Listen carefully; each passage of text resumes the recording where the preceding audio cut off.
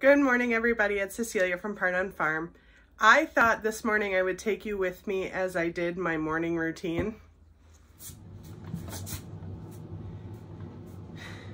So bear with me a second. The kids are fed, breakfast is done, and so then I start my morning routine. And one of the first things that I do, I know you can't see me, is I turn on my grow lights.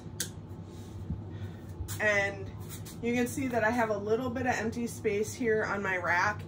I am moving some plants downstairs to my basement grow space, and then some of those plants are coming upstairs actually to get hardened off. And when I turn on my grow lights, I just make sure that everybody has some water. I do bottom water because I feel like it makes your roots grow deeper in your pots and disturbs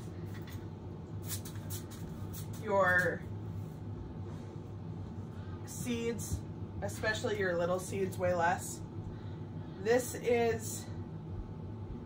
tray here is peppers actually that I planted yesterday, some more peppers, and I have 2 full trays of peppers downstairs.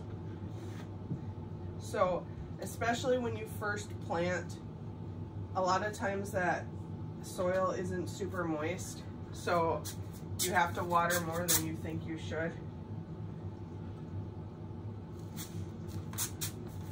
And a lot of times if I can't bottom water, I'll use this spray bottle to spray the tops so that I don't disturb the soil and the seeds too much. But pretty much everything I try to plant so I can bottom water. So basically now it just serves as a second watering can for me. And then all of my seed starts, all of my seed starts, I put a fan on.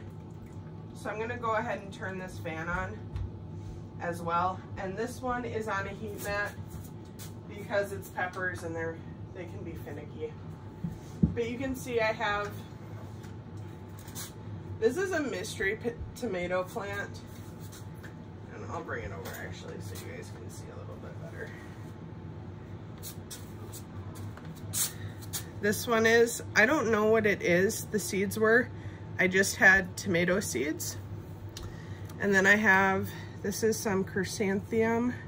I have some echinacea growing here, some lemon basil. We got some cumin coming up. I was really hoping that Tulsa would come up soon, but we'll see. That might be something I'll have to put on the heat mat. So I have an oscillating fan here, and then I have my lights on. I am actually gonna put these on a timer today because actually by the time you watch this video, I will be on my way to Tennessee with my mom. And so then it's one less thing that Seth has to worry about. The only thing that I won't put on a timer is the heat mat. The heat mat I'll leave on all the time. Right, wrong, or indifferent, that's how I do it, I guess. So let's go check out the basement plants. So I'm down in our basement. Sorry, I don't mean to blind you with that light. Here's my basement plants, and I'll go ahead and turn on these lights. And now you can see me just fine. So these plants, I have a lot on this shelf. I have some tomato plants that are looking pretty big and pretty good. I have some cabbage that is gonna go ahead and get hardened off here when I get back. And then this entire shelf is seedling tomato plants that just got planted. And then on this shelf, we have peppers, and there's some celery coming up, little guys, and then some more cabbage and lettuces and some flowers. So that's what we have going on in here. So I'm just gonna go ahead and check all my seedlings and make sure that the bottoms are moist. These seed bags, I do like them because they're biodegradable, but I do feel like they take more watering. than some of the stuff I have in plastic trays and that kind of stuff. And that may be because I have a fan also down here, and so it may be drying it out from the sides. I don't know. But that's okay. I just keep watering them. And it usually takes me, I water morning and night, but I usually don't water the same trays. I just check my trays and make sure that they have some moisture in the bottom of their trays. And some people say that when you bottom water, some people say that when you bottom water, you should water them and then take them out for a while. I don't do that. I just pour water in them and pretty much just leave water underneath them all the time. And I think I got that method from Jessica Sowers at Roots and Refuge.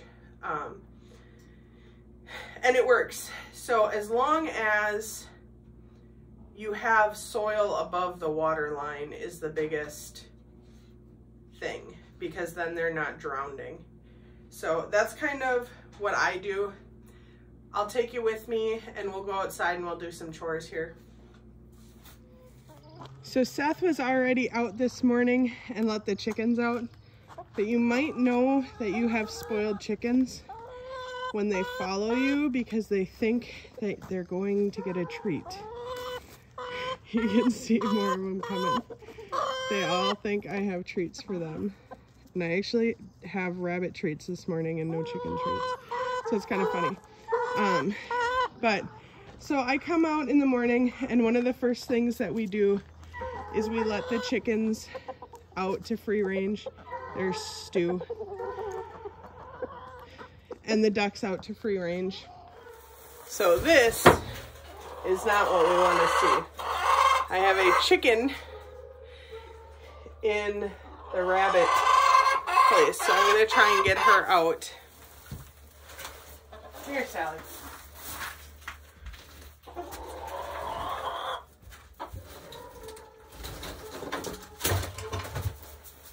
There we go. We intentionally separated our rabbits and our chickens because the chickens would want to get up on here above the rabbits and roost, and where they roost, they poop, and then it was just a mess. So we separated them, and especially in the winter, up in northern Wisconsin, it gets pretty cold in the winter, and so sometimes, even though the chickens have the ability to free range, they won't. And when they all want to stay in the coop, it gets kind of dusty in there, and I didn't think that was good for the rabbits either, so we separated them. Anyway, so we have the rabbits. Usually there's not chickens in here, but of course this morning there is. There's always something new and exciting on the farm. So you guys have seen Daisy and Big Mama. Typically I don't have bowls in there, but Daisy has not been drinking out of her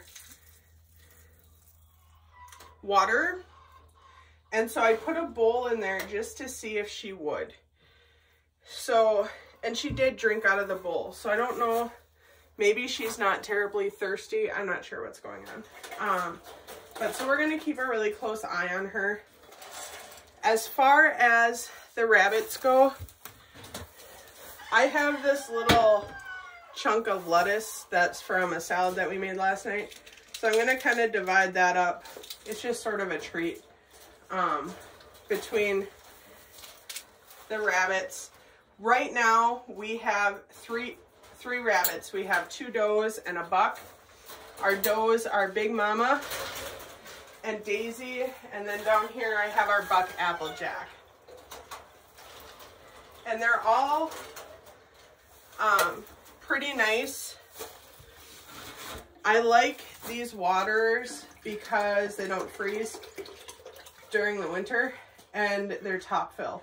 So I don't have to take the water bottles off. I just flip the top and pour water in, which is really handy. And I'm not gonna put this bowl back in with Daisy today. I just wanna see if she'll drink out of her water. I don't know why she is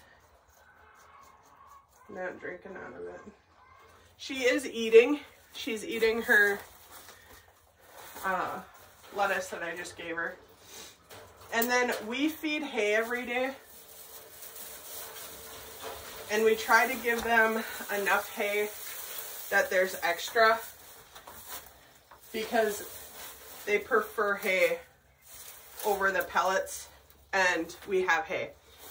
And we know that the hay was produced with no chemicals and in a natural way. And the pellets, I mean, let's be honest, I have no idea what's in the pellets, but they're rabbit pellets. So we feed them hay, and I just put it in their cages because we tried the hay feeders that wire on the sides, and honestly, they're just, ooh, that's a little damp. The hay feeders that wire on the side of the cages, 90% of the time they just end up on the ground anyway of the cage, so I might as well just put the hay in the bottom of the cage and save myself the time trying to finagle it into a hay feeder. And yeah, they waste some, but our rabbit manure goes out to our garden where we use a root stout method anyway, which means that we put hay down anyway, so it doesn't really get wasted. So then we are measuring out their pellets that they get. So I have a measured out scoop here because we don't want our rabbits to be too chubby, because it's not good for them or for babies. So they get a measured out scoop.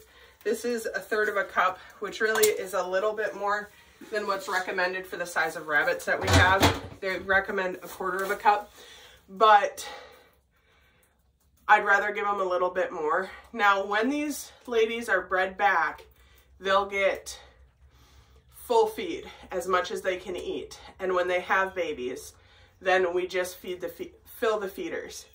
It's in between those times when they're not bred that we'll meter their feed.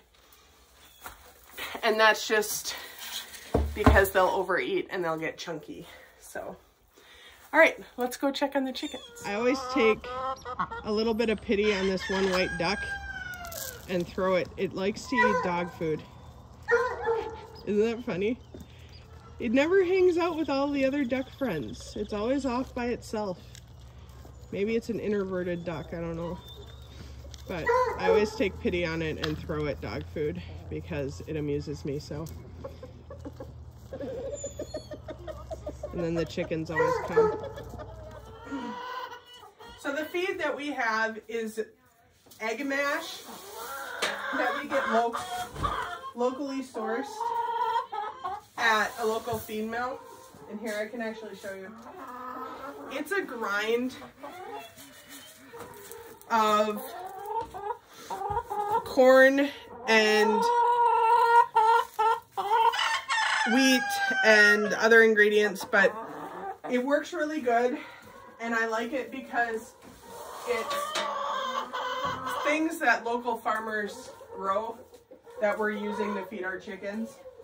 And I can't grow all the grain that we need, so I prefer to buy it from someone local. It works really well. We do mix in oyster shells with it. And that's not a scientific measurement. I just put some in with all the things. I do have some stinker chickens that like to lay way up here in the corner.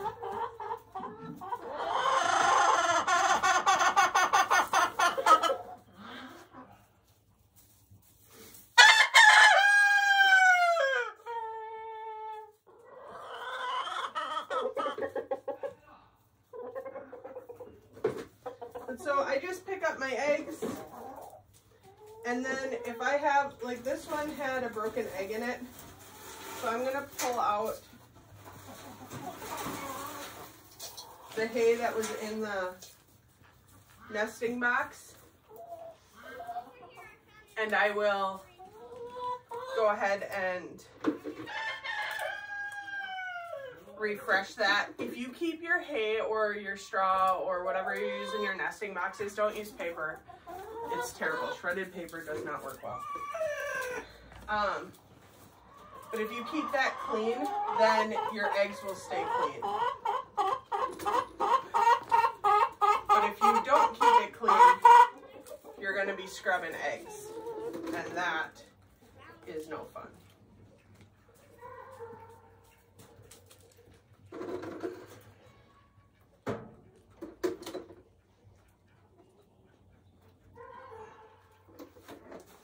But as you can see, nice clean nesting box, nice clean egg. But I also got pooped on, so thank you. So that's pretty much it for my daily routine in the morning. I turn on my grow lights, water my plants, I feed the rabbits and water the rabbits. I feed the chickens and water the chickens and pick up eggs. And then I also have dogs that we take care of as well, but I didn't show that. One thing that sometimes people ask me is, what do you do with your eggs? You refrigerate all of them. We don't. If you don't wash your eggs, they can actually sit on the counter, and we go through them pretty quickly, so it's no big deal. But I wouldn't let them sit on the counter for weeks or anything, but they are safe to sit on the counter until use if you go through them pretty quickly. Thanks for hanging out with me this morning. Have a great day. Keep growing.